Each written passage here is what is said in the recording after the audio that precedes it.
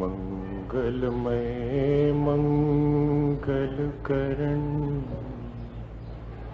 वीतराग विज्ञान नमो ताहि जाते हैं अरहंताति महा जो विद्यादि सागर सुधी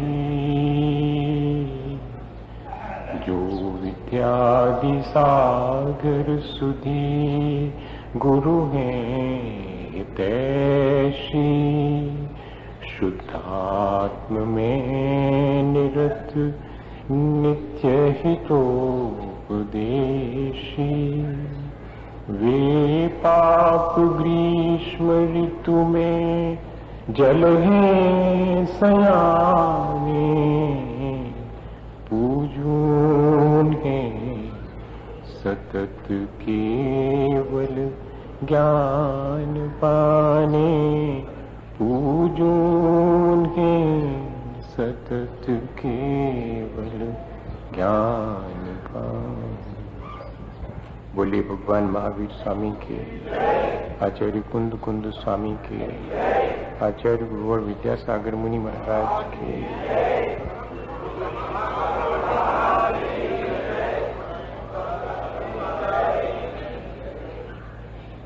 हम सभी लोगों ने पिछले कई दिनों से लगातार अपने जीवन को अच्छा बनाने के लिए प्रयास शुरू किया है। हमने अपनी दृष्टि को निर्मल बनाने के लिए, जो कि हमारे जीवन को अच्छा बनाने के में सबसे महत्वपूर्ण कदम है, उस दृष्टि की निर्मलता के लिए हमने सच्चे देवगुरु शास्त्र पर अपनी श्रद्धा स्थिर की है। हम निरंतर अपने आत्म तत्व को ठीक ठीक जैसा स्वरूप भगवान ने कहा है वैसा ही श्रद्धान करने के लिए प्रयत्न भी कर चुके हैं। हमारे जीवन में उस दृष्टि की निर्मलता से जो गुणवत्ता प्रकट होनी चाहिए थी, हमारी दृष्टि निशंक, निकांक्षित, निर्विचिकित्सा इन सारे अंगों से युक्त हो, इस पर भी हमने विचार किया है। अपने अविवेक और मूढ़ता को भी छोड़ने और अपने अहंकार को घटाने का प्रयत्न भी हमने पिछले दिनों किया है। हमने उस दृष्टि की निर्मलता की महिमा भी अपने जीवन में, अपने स्मरण में लाने का प्रयास किया है। हम चाहते हैं कि जिस मार्ग पर हम चलना चाहते हैं उसका ज्ञान हमें प्राप्त हो, और हमने उस ज्ञान के बारे में भी बहुत सारी जानकारी हासिल की है, जो स्वपर प्रकाशक है, जो हमें अपने आत्म उत्थान में कारण बनता है, जो हमारे परिणामों को और आचरण को निर्मल बनाता है। वास्तव में वही ज्ञान श्रेष्ठ है। संसार में बहुत प्रकार से लोग ज्ञान हासिल करते हैं, पर वास्तव में जो ज्ञान जीवन को परिवर्तित कर दे, ऐसा ज्ञान हमें चाहिए, ऐसी समझ हमारे भीतर उत्पन्न हो। इसके लिए हमने पिछले दिनों आचार्य भगवंतों के कहे अनुसार प्रयत्न किया है। हमने इतना ही नहीं, उस ज्ञान के लिए किन माध्यमों से और कितनी सावधानी से हमें प्राप्त करना चाहिए और उसकी महिमा क्या है, इस सब पर भी विचार किया है। पीयूष है, विषय सौख्य विरेचना है, पीते सुशीघ्र मिट्टी चिरवेदना है, भाई जरा जनन रोग निवारती है, संजीवनी सुख करी जिन भारती है। जिनेंद्र भगवान की वह जो वाणी जिससे हमें आत्मज्ञान होता है, वह पीयूष के समान है, अमृत के समान है, जिसके पीने पर जन्म मरण की जो वेदना है वो हमेशा के लिए विनष्ट हो जाती है। संजीवनी है, सुख करी। इतना ही नहीं, हमें वो एक ऐसा शाश्वत जीवन देने वाली है जिसका आज तक हमने अनुभव ही नहीं किया है। उस सिद्धत्व को भी हमें देने वाली वह जिनेंद्र भगवान की वाणी है। हम उसका निरंतर अभ्यास करें, और अभ्यास करते समय उसका ठीक ठीक पाठन या उसका उच्चारण करें, उसका ठीक अर्थ निकालें, उसे विनय से सिर माथे पूरे सम्मान के साथ और अध्ययन में लाएं, पूरी एकाग्रता के साथ उसका चिंतन करें, समय का ध्यान रख करके करें। इतना ही नहीं, हम कोई ना कोई त्याग लेकर के उस वाणी का अभ्यास करें और जिस शास्त्र और जिन श्री गुरु के मुख से उस वाणी का हमें लाभ हुआ है उनका भी सदा स्मरण रखें। इतनी सब बातों पर ध्यान रखते हुए हमने और अपने आत्मज्ञान को प्राप्त करने की प्रक्रिया शुरू की है। आचार्य भगवंतों ने हम पर उपकार करने के लिए विभिन्न पद्धतियों से और हमें धर्म के मार्ग पर लगाने का प्रयत्न किया है। प्रारंभिक अवस्था में जब हमें अभी दृष्टि की निर्मलता भी मान लो नहीं प्राप्त हुई किसी जीव को, और अभी उसने कोई व्रत नियम संयम भी नहीं धारण किए हैं, अव्युत्पन्न है, ज्यादा अक्षर ज्ञान भी जिसे नहीं है, ऐसे व्यक्ति के उपकार के लिए भी आचार्य भगवंतों ने महापुरुषों के जीवन चरित्र जिसमें लिखे हों ऐसे शास्त्रों के अध्ययन करने से भी हमें अपने जीवन को धर्म में लगाने की दिशा मिल सकती है, प्रेरणा मिल सकती है। इस पर विचार किया है। हम और जो 3 पद्धतियां हैं जिनके माध्यम से हम ज्ञान प्राप्त कर सकते हैं उन पर भी आज विचार करते हैं। प्रथमानुयोग हमें बोधि और समाधि में कारण बनने वाला है। ऐसे ही अन्य अनुयोग भी हमें धर्म के मार्ग पर लगाने वाले हैं। अनुयोग तो सिर्फ कथन करने की पद्धति का नाम है, ज्ञान तो वही है जिससे कि हमारा जीवन धर्ममय हो। ये पद्धतियां हमारे जीवन को धर्ममय करने के लिए है। कोई पद्धति अच्छी है, कोई पद्धति अच्छी नहीं है, ऐसा भाव मन के भीतर नहीं लाना। ये पद्धति ही हमारा कल्याण कर सकेगी, अन्य कोई पद्धति ना कर सकेगी, ऐसा भाव भी मन में नहीं लाना। अरे ऐसे तो पहले करना चाहिए, पहले तो इसके करने से ही कल्याण होगा, अन्य किसी के 3 पद्धतियों से क्या होने वाला, ऐसा भाव भी मन में ले लाना। जैसी अपनी भूमिका होए वैसा जो है और आलंबन लेकर के अपने जीवन को धर्म में बनाना। जो व्यवहार में ही धर्म माने हैं सो बातों निश्चय की मुख्यता करी उपदेश करिए, और जो निश्चय को ही धर्म मानकर व्यवहार की क्रिया को भुला बैठे होवे, बातों व्यवहार की प्रमुखता से कथन करिए। सो श्री गुरु तो दोनों नयों की अपेक्षा से ही कथन करे हैं। किसी एक नय को मुख्य गौण करने की पद्धति तो होवे, लेकिन किसी नय को मिथ्या कहने की पद्धति न होवे। भाई, यह इतना स्पष्ट वस्तु स्वरूप का प्ररूपण किया गया है कि अपन को अपनी भूमिका के अनुसार अपने जीवन को धर्ममय बनाने के लिए इन पद्धतियों का आलंबन लेना चाहिए। मैं द्रव्यानि योग का शास्त्र पढ़ता हूँ, इसलिए मैं श्रेष्ठ हूँ और तुम तो प्रथमानि योग पढ़ते हो, अबे तो तुम्हारी प्रारंभिक अवस्था है, तुम तो अज्ञानी हो। ए भैया, ऐसा नहीं कहना। क्यों? क्योंकि चारों पद्धतियां जिनेंद्र भगवान के मुख से ही हमारे लिए प्ररूपित की गई हैं और हमारे कल्याण के लिए हैं। ऐसा विचार करके अपनी भूमिका पहचान करके और इसका अभ्यास करना। लोकालोक विभक्ते युग परिवृत्तेश चतुर्गति नाम च कर्णान योग दीपा श्रुत विद्यालोक मातनते।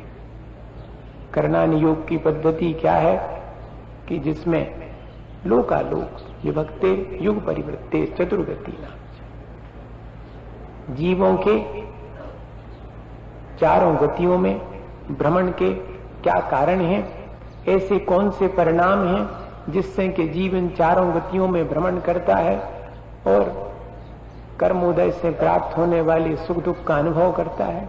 और इतना ही नहीं, इस जीव के तीनों लोकों में कैसे क्या ठिकाने हैं स्वर्ग नरक के, इन सब का प्ररूपण और छहों काल कैसे परिवर्तित होते हैं और जीव उनमें से किस काल में किस अवस्था विशेष को प्राप्त करके अपना कल्याण कर लेता है, इन सब बातों का जिसमें वर्णन किया हो वो करणान योग है। इस पद्धति से जीव को अपने परिणामों को बता करके कि तुमने संसार में जो भी चारों गतियों में भ्रमण किया है सो तुम्हारे अपने परिणामों से किया है, ऐसी बात बता करके और या कि स्वर्ग नरक के लोक के ठिकाने बता करके और जीव को धर्म के मार्ग में लगाने की पद्धति है। दोनों चीजें हैं, करण का अर्थ गणित भी होता और करण का अर्थ परिणाम भी होता। सो जिसमें जीव के परिणामों की गुणस्थान मार्गना इत्यादि की चर्चा करके और जीव को धर्म में लगाया जाए, या कि लोक और अलोक और किस तरह से कहाँ जीव किन किन स्थानों पर उत्पन्न होता है, उन सब की इसमें चर्चा की जाए, उसके माध्यम से जीव अपना कल्याण कर लेवे, ऐसी पद्धति करणान योग की है। करणान योग की पद्धति तो लिखा है कि मानो केवली भगवान के द्वारा कही गई बात ही है, इसमें कहीं कोई राय रत्ती भी अंतर नहीं होता। करणान योग की पद्धति में वह तो केवल ज्ञान के विषय को ठीक ज्यों का त्यों प्ररूपित करती है, इतना ही अंतर है कि केवल ज्ञान प्रत्यक्ष है और यह करणान योग की पद्धति परोक्ष है। इतना सूक्ष्म विवेचन करणान योग की पद्धति से जीव को किया जाता है कि उस सूक्ष्म विवेचन को सुन करके और जीव के मन में भाव उत्पन्न होता है कि यह तो किसी सर्वज्ञ के द्वारा कहा हुआ ही कथन हो सकता है, अन्य कोई इतना सूक्ष्म प्ररूपण हमारे भावों का नहीं कर सकता। ऐसा विचार करने से उसका श्रद्धान अत्यंत दृढ़ हो जाता है। और कोई जीव अगर तत्व ज्ञान भय उपरांत और करणान योग की इस पद्धति का अभ्यास करे तो कहते कि उसके इस तत्वाभ्यास में और निर्मलता आती है। सो निर्मलता कैसी? कहते जैसे पहले किसी के पास रत्न था और बाद में रत्नों के बारे में उसने विशेष ज्ञान प्राप्त कर लिया, रत्नों का पारखी हो गया, ऐसे ही जैसे पहले किसी को तत्व ज्ञान हुआ और बाद को उसने करणान योग की पद्धति से उपदेश सुना तो उसके उस ज्ञान में और अधिक विशेष रूप से निर्मलता आ जाती है। इसलिए जो भी इस करणान योग की पद्धति से अभ्यास करता है वो अपने आप को धर्म में ही लगाता है। और दूसरे विचार करने से तो राग द्वेष की वृद्धि होती है, लेकिन करणान योग में अपने ही परिणाम और इस लोक की रचना में मन ऐसा एकाग्र हो जाता है कि राग द्वेष से बच जाते हैं। जो करणान योग का अभ्यास नहीं करता उसके उपयोग की स्थिरता उतनी नहीं रह पाती। सो ऐसा नहीं कह रहा है कि जो करणान योग का अभ्यास करती सो सबका उपयोग स्थिर ही होवे, ऐसा नहीं कह रहे, लेकिन करणान योग का अभ्यास करने से योग उपयोग में स्थिरता आती है। भैया ये अनुभव की चीज है। अपन स्वयं अगर अपना शोपसम है तो यहाँ वहां ना लगा करके और अभ्यास करें। आचार्य ज्ञान सागर जी महाराज हमेशा कहा करते थे, आचार्य श्री हम लोगों को बताते कि श्रावक को और साधु को दोनों को कम से कम तत्वार सूत्र का 6वां 7वां अध्याय तो साल में एक बार पढ़ना ही चाहिए। कहती क्या फायदा होगा?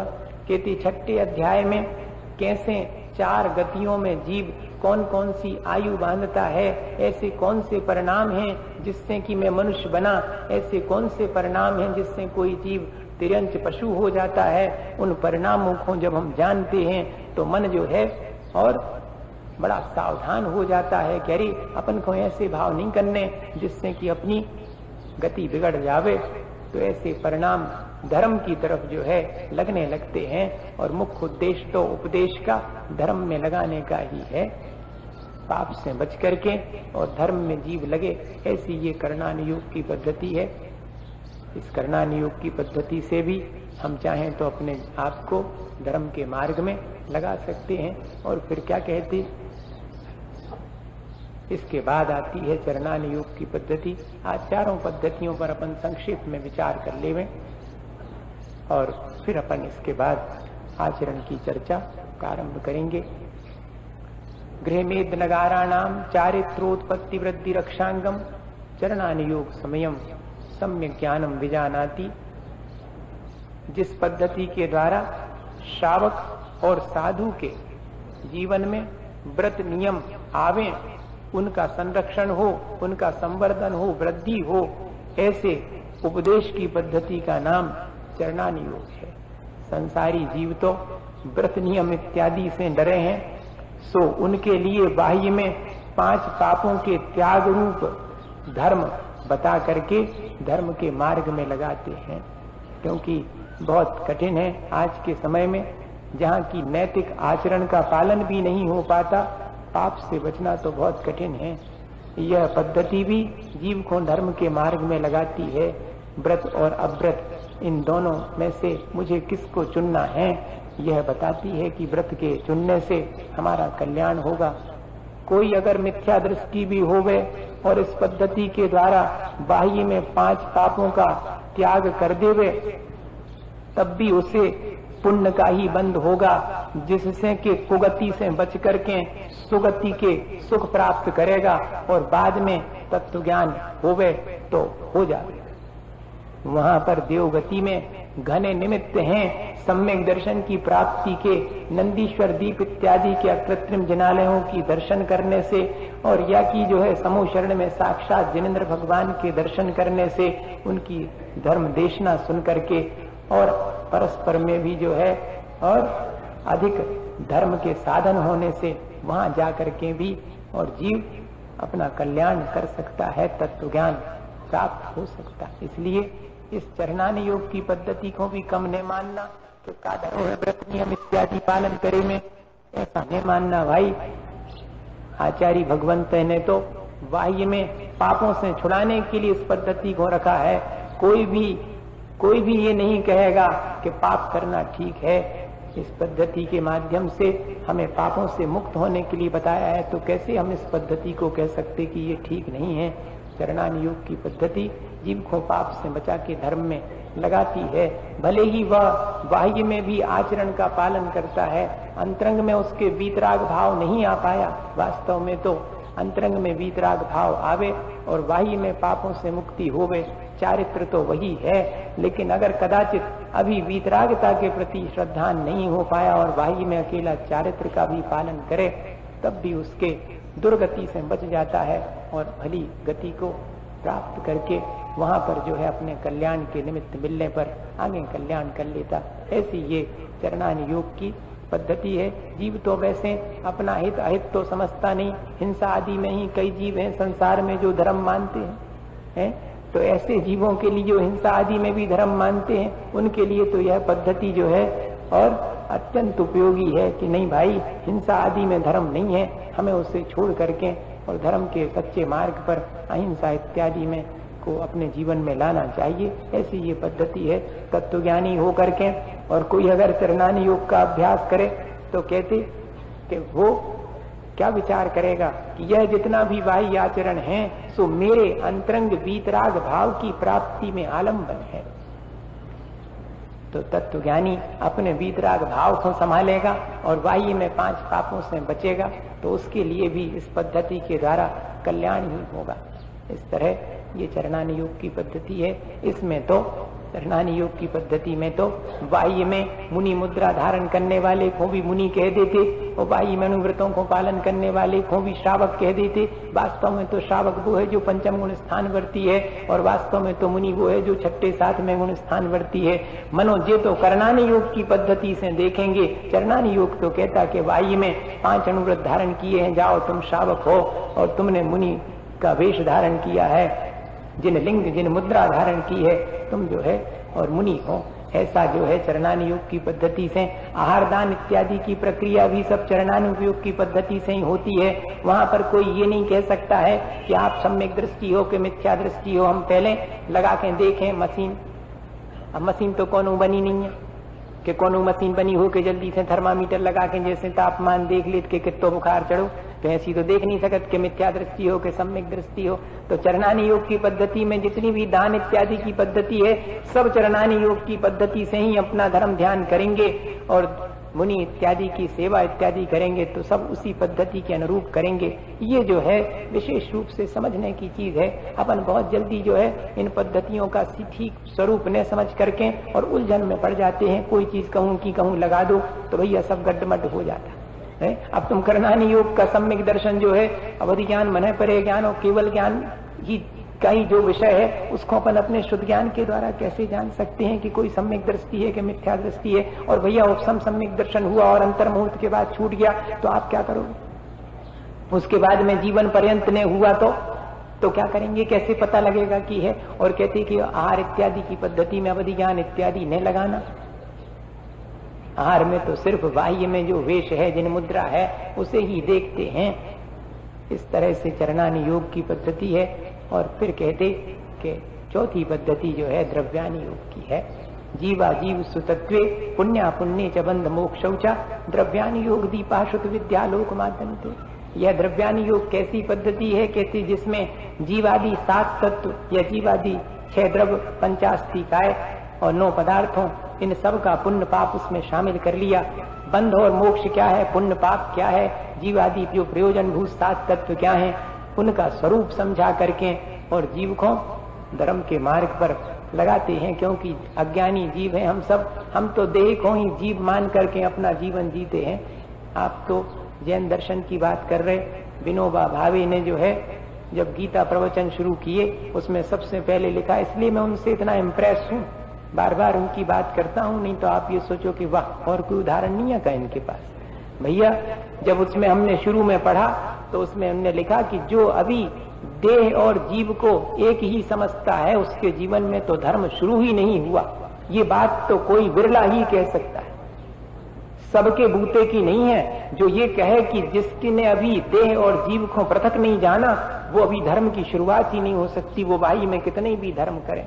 यह द्रव्यानी योग की पद्धति ऐसी ही है कि यहाँ हम सब लोग तो अज्ञानतावश जो है देह को ही जीव मान करके अपना जीवन जीते हैं। यह पद्धति हमें देह और जीव के पृथक्करण की बात सिखाती है। जीव का स्वरूप बताने वाली पद्धति यह है। कोई तत्वज्ञानी होवे और इस द्रव्यानी योग की पद्धति का अभ्यास करे तो क्या लिखते हैं कि उससे उसका तत्वज्ञान बढ़ता है। जैसे कि कोई किसी बात को पढ़े और बाद में उसका अभ्यास न करे तो भूल जाता है, और अगर बार बार उसका अभ्यास करे तो निरंतर बना रहता है। कहते ऐसे ही तत्वज्ञान भय पीछे और द्रव्यानी योग का अभ्यास करे तो उसका तत्वज्ञान निरंतर स्थिरता को, दृढ़ता को प्राप्त होता है। इस तरह देखें तो ये चारों पद्धतियां सभी जीवों के लिए, चाहे वो अज्ञानी हो चाहे वो तत्वज्ञानी हो, सभी जीवों के लिए, और ये धर्म के मार्ग पर लगाने की पद्धतियां हैं। अपन को जैसी अपनी भूमिका है उसके अनुसार और इनके माध्यम से लाभ लेना चाहिए। इसमें विभूचन में नहीं पढ़ना चाहिए कि भैया कौन सी पढ़ें, जा पढ़ें कि ऐसे हुई है कि ऐसे कल्याण हुई है। कल्याण तो चार ही से होगा, हैं?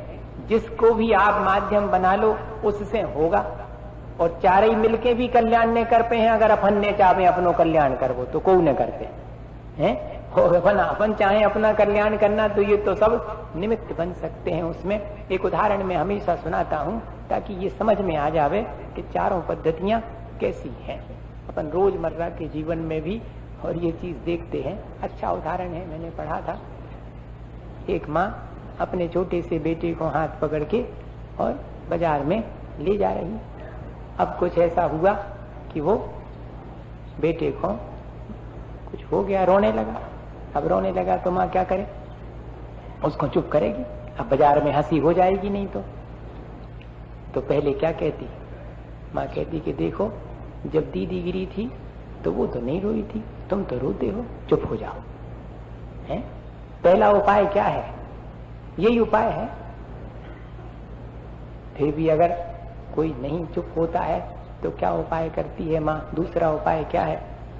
अब तुमने सवेरे दीदी से झगड़ा किया था, इसकी लग गई, अब क्या, अब भोगो, तुमने तो किया था।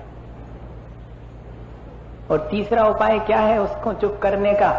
यही उपाय है कि तुम देख के तो चलते नहीं हो, अब गिर गए सो रो रहे हो, देख के चलो चाहिए। एक उपाय ये है तो चुप हो जाएगा। और जब कोई उपाय कारगर नहीं होता तो क्या करती है माँ? फौरन उसको गोद में उठा लेती है। अरे वो तो घोड़ा कूदा था, घोड़ा ये तो मेरा राजा बेटा है, ये थोड़ी गिरता है, इसको थोड़ी लगती है? बताओ, यही तो पद्धति है उसके दुखों दूर करने की, उसका रोना बंद हो जावे।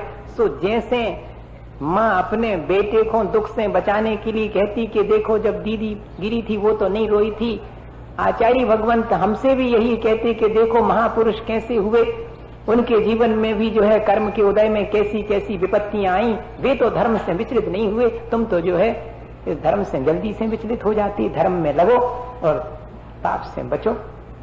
इस तरह वे हमें धर्म में लगाते हैं। दूसरी पद्धति है कि तुमने सुबह झगड़ा किया था दीदी से, सो तुम्हें लगी, अब तुम्हारे जैसे परिणाम करे तुमने सो उसका फल भोगोगे। करणानी योग की पद्धति हमारे परिणाम हमें बता करके और धर्म के मार्ग पर लगाती कि परिणाम संभालो अपने, इस संसार में भटकने का कारण तो हमारे परिणाम ही है। और फिर कहती कि तुम देख के चलते नहीं हो, अब गिर गए हो सो तुम रो रहे हो, चुप हो जाओ, अब देख के चलो। अर्थात चरणानी योग की पद्धति कहती कि अपने बाह्य आचरण को तो संभालो, अंतरंग में वीतराग भाव और बाह्य में जो है व्रत नियम इत्यादि धारण करोगे तो तुम्हारा कल्याण होगा। यही तो चरणानी योग की पद्धति है।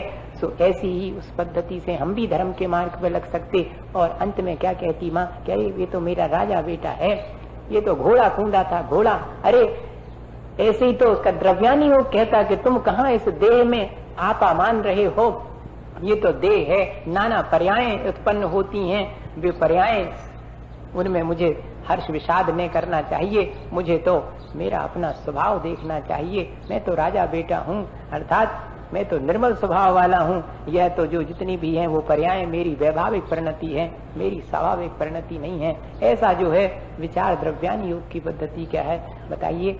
इतने सहज भाव से भी अपन चाहें तो किसी भी पद्धति से और अपने दुख को दूर करने का और अपने जीवन को अच्छा बनाने का उपाय कर सकते हैं, इसी भावना के साथ कि आचार्य भगवंतों के द्वारा दिए गए ज्ञान से हम लाभ लेकर अपने आत्मज्ञान को जागृत करें और अपना कल्याण करें। बोलिए आचार्य गुरुवर विद्यासागर मुनि महाराज की।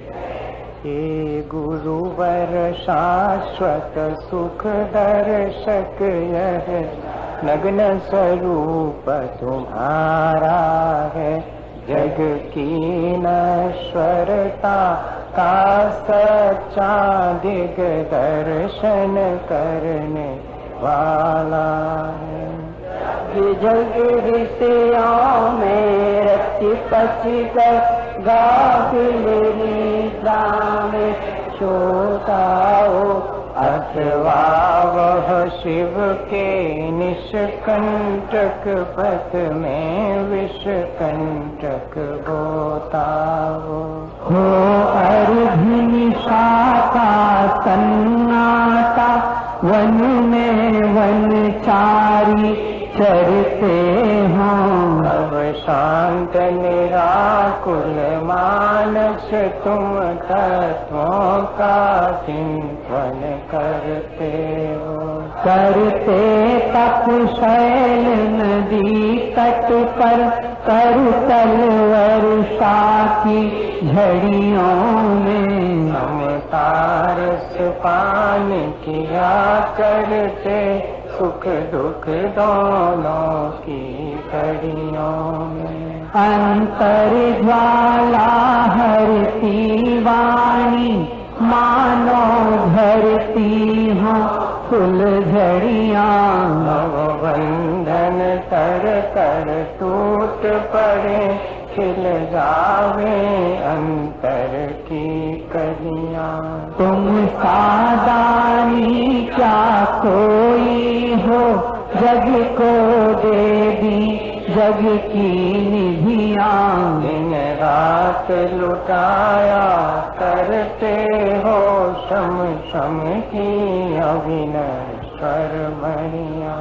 हे निर्मल देव तुम्हें प्रणाम, हे ज्ञान दीप आगम प्रणाम, हे शांति त्याग के मूर्तिमान शिव पथ पंथी गुरुवर प्रणाम। मिथ्या समनाश वेखो ज्ञान के प्रकाश वेखो आपा परवास वेखो भानु सी बखानी है छाहू द्रव्य जान वेखो बंध विधि भान वेखो सपर पिछान वेखो परम प्रमानी है अनुभवताय वेखो